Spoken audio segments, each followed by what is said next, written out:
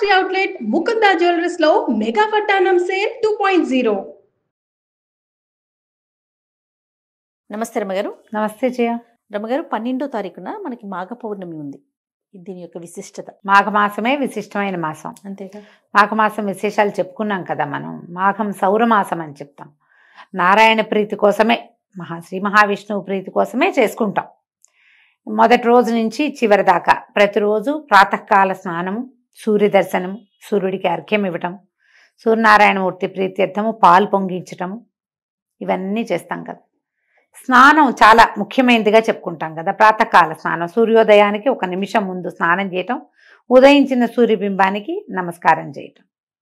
అయితే ఈ మాఘ పౌర్ణమి కూడా చాలా విశేషమైన రోజుగా చెప్తారు. మహామాఘి అంటారు. మామూలుగా మనకి ప్రతి పౌర్ణమి విశేషమే. పౌర్ణమి నాడు ప్రత్యేకంగా స్నానం చేయటము, అర్చన చేసుకోవటము, నారాయణులైనా అర్చించాలి, శివారాధన అయినా, సత్యనారాయణ వ్రతాలు చేసుకోవటాలు, ఇవి మనం ప్రఖ్యాతంగా వింటాం కదా. అయితే ఈ మాఘంలో ఈ పౌర్ణమి నాడు సముద్ర స్నానం చాలా విశేషంగా చెప్తారు జయ. మామూలుగా మనకి సముద్ర స్నానం తెలుసు, కార్తీక పౌర్ణమికి చేస్తాం కదా. దానికి ప్రత్యేకంగా ఉంది. ఆకామావై అంటారు. ఆకామ అంటే ఆషాఢ పౌర్ణమి, కార్తీక పౌర్ణమి, మాఘ పౌర్ణమి, వైశాఖ పౌర్ణమి, ఈ 4 పౌర్ణములు సముద్ర స్నానానికి చాలా విశేషమైనవి. చాలా విశేషం. వాట్లల్లో మహామాఘి మరీ విశేషం. హైదరాబాద్ వాసులకి సముద్రం లేదు, మనం ఏం చేయాలి? మనకు వెంటనే డౌట్స్, మనకు సముద్రం లేదు కదండి అంటే వెళ్ళాలి. ఎక్కడికైనా వెళ్ళలేము, కనీసం ఇంట్లో అయినా పొద్దున్నే స్నానం చేయండి. నదీ స్నానం చేయొచ్చు.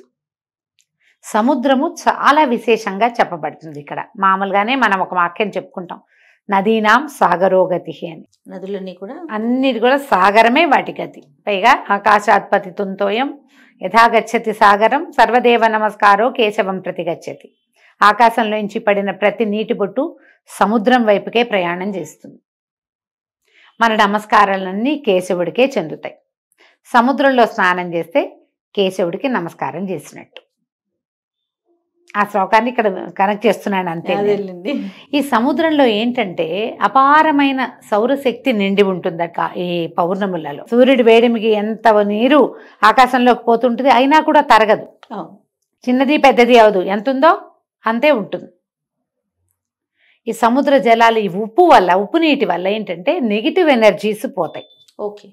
ఈ సంవత్సరం అంతా మనం ఏర్పాటు చేసుకున్నవి అంటే మన మీదకి మనం తెచ్చుకున్నటువంటి అన్ని రకాల నెగిటివ్ ఫోర్సెస్ని ఈ సముద్ర స్నానం కంట్రోల్ చేస్తుంది. నదీ స్నానాలు విశేషమైనవి. నీళ్లలో కరెంట్ ఉంటుంది, మనకు తెలుసు కదా. నదుల్లో కూడా నడుంలోతు నిలబడి నదీ స్నానం చేయాలని చెప్తారు. సముద్రంలో కూడా ఓ 40 మినిట్స్ అయినా ఉప్పు నీళ్ళల్లో కనుక స్పెండ్ చేస్తే వచ్చాక మళ్ళీ బయటకు వచ్చాక మామూలు స్నానం చేసుకుంటాము. ఇది ప్రత్యేకంగా చెప్పబడే క్రియ కాబట్టి జీవితంలో కొన్నిసార్లైనా, కొన్ని పర్వదినాల్లో అయినా, కొన్ని పౌర్ణములైనా, కనీసం ఒక్క పౌర్ణమైనా సముద్ర స్నానం చేయండి. మామూలుగా అమావాస్య పౌర్ణములకి ఆటుపోట్లు పెరుగుతాయి కాబట్టి సముద్ర తీరాలకి వెళ్ళకూడదు అని నియమం. ఆ నియమంలో ఈ 4 పౌర్ణములు మాత్రం ప్రత్యేకంగా సముద్ర స్నానం చెప్పారు. ఉదయం చెయ్యాలి. పౌర్ణమిలో రాత్రిపూట కదా ఆటుపోట్లు పెరిగేది, సాయంకాలాలు కాదు. ఉదయ స్నానాలు 4 గంటల లోపే, ఎలా కుదిరితే అట్లా. సముద్ర స్నానానికి కానీ నదీ స్నానానికి కానీ వెళ్ళేటప్పుడు ఇంటి దగ్గర స్నానం చేసి వెళ్ళాలి. పాచి మొహంతో, పాచి బట్టలతోటి నదుల్లోకి దిక్కకూడదు, సముద్రంలోకి అసలు దిక్కకూడదు. శుభ్రంగా ఉండి అప్పుడు వెళ్ళాలి. పైగా ఇవి పితృదేవతలకి తర్పణాలు విడిచే సమయం, ఇవన్నీ స్థిరంగా ఉంటాయి. ఈసారి పౌర్ణమి ఇంచుమించుగా నాకు గుర్తుండి సంక్రమణం కూడా అప్పుడే ఉన్నట్టు. చూద్దామా ఒకసారి? ఒకసారి చూడండి రమ్మ గారు, మీకోసమే క్యాలెండర్ కూడా తెప్పించాను నేను. మామూలుగా పౌర్ణములు మారుతూ ఉంటాయి కదా. మామూలుగా మనకి సంక్రమణాలు జరుగుతాయి కదా. మకర సంక్రమణం ఏమో మన కిందటి నెల 15వ తారీఖు వచ్చింది. ఇప్పుడు ఇంచుమించుగా ఇప్పుడు సంక్రమణం వచ్చేస్తోంది. ఇది కుంభ సంక్రమణం అంటారు. ఈ సంక్రమణము పౌర్ణమి ఒకే రోజు వచ్చినాయి. ఈసారి 12వ తారీఖు ఒకేసారి వచ్చినాయి. సంక్రమణ తిథుల్లో మామూలుగా మనకి పితృతర్పణాలు విడుచుకుంటాం కదా. ఈ మాఘంలో ఈ పౌర్ణమి నాడు మన సముద్రం దగ్గర కూడా పితృతర్పణాలు విడవచ్చు. అది కూడా మంచిదే. పిల్ల జల్ల తీసుకెళ్ళేటప్పుడు కొంచెం జాగ్రత్తగా వహించాలంతే.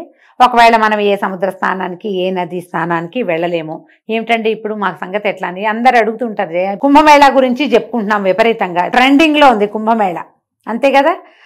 అక్కడికి వెళ్తేనే కుదురుతుంది లేకపోతే కుదరదన్న మాట లేదమ్మా. అసలు అవకాశం ఉన్న వాళ్ళు వెళ్తారు, వాళ్ళు ఏదో అత్యద్భుతమైన వాళ్ళు, వెళ్ళలేని వాళ్ళు, పనికిమాలిన వాళ్ళు అలాంటివి ఏం లేవు. మా పుణ్యం వస్తే మీకు రాదు అనకూడదు. ఇక్కడ కూడా మనకు అవకాశం ఉంది, మనం ఇక్కడ చేయొచ్చు. మనం ఎక్కడ పుష్కర స్నానం చేసినా, ఎక్కడ నదీ స్నానం చేసినా మనకి పుణ్యమే లభిస్తుంది. అక్కడికి వెళ్తే అమోఘ పుణ్యం. అవకాశం ఉంటే వెళ్తాము, లేకపోతే దండం పెట్టి ఊరుకుంటాం. ఇప్పుడు మనకు సముద్రం లేదు, నది లేదు అంటే ఇంట్లోనే పొద్దున్నే స్నానం చేయండి. పెద్దవాళ్ళు ఎవరైనా తర్పణాలు విడిచే పద్ధతులు ఉంటే తర్పణని విడుచుకోండి. ఏదైనా దానం చెయ్యండి. పౌర్ణమి నాడు, మాఘ పౌర్ణమి,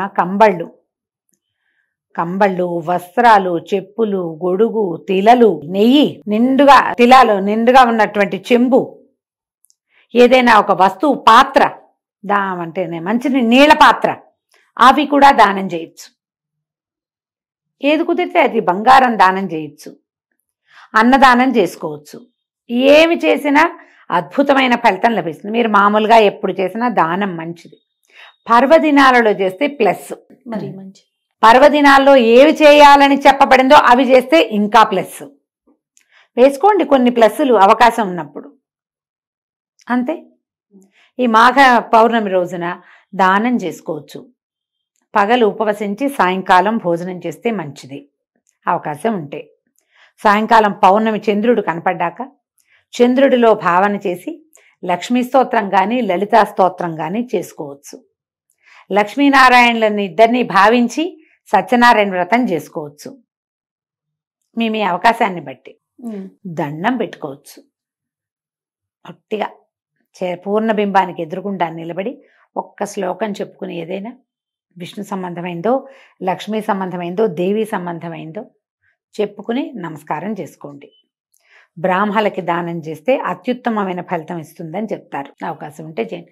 ఎవరికి అవసరమో నీడీ పీపుల్ వాళ్ళకి చేయండి, అది కూడా అత్యద్భుతమైన ఫలితాన్ని ఇస్తుంది. ఎవరికైనా ఏమైనా ఇవ్వచ్చు కదా. ఇలా పర్వదినాలలో పాతవి దానం చేయబోకండి. పాతవి ఇవ్వడానికి 3 రోజులు ఉంటాయి. పర్వాలలో పాత వస్తువులు దానం చేయొద్దు. పాత బట్టలు, పాతవి ఏమైనా తీసి ఇచ్చేయటము చేయొద్దు. కొత్తవి ఇవ్వగలిగితేనే దానం చేసుకోండి. మీ అవకాశాన్ని బట్టి ఏదైనా సరే. తప్పకుండా. నమస్తే. నమస్తే జయ.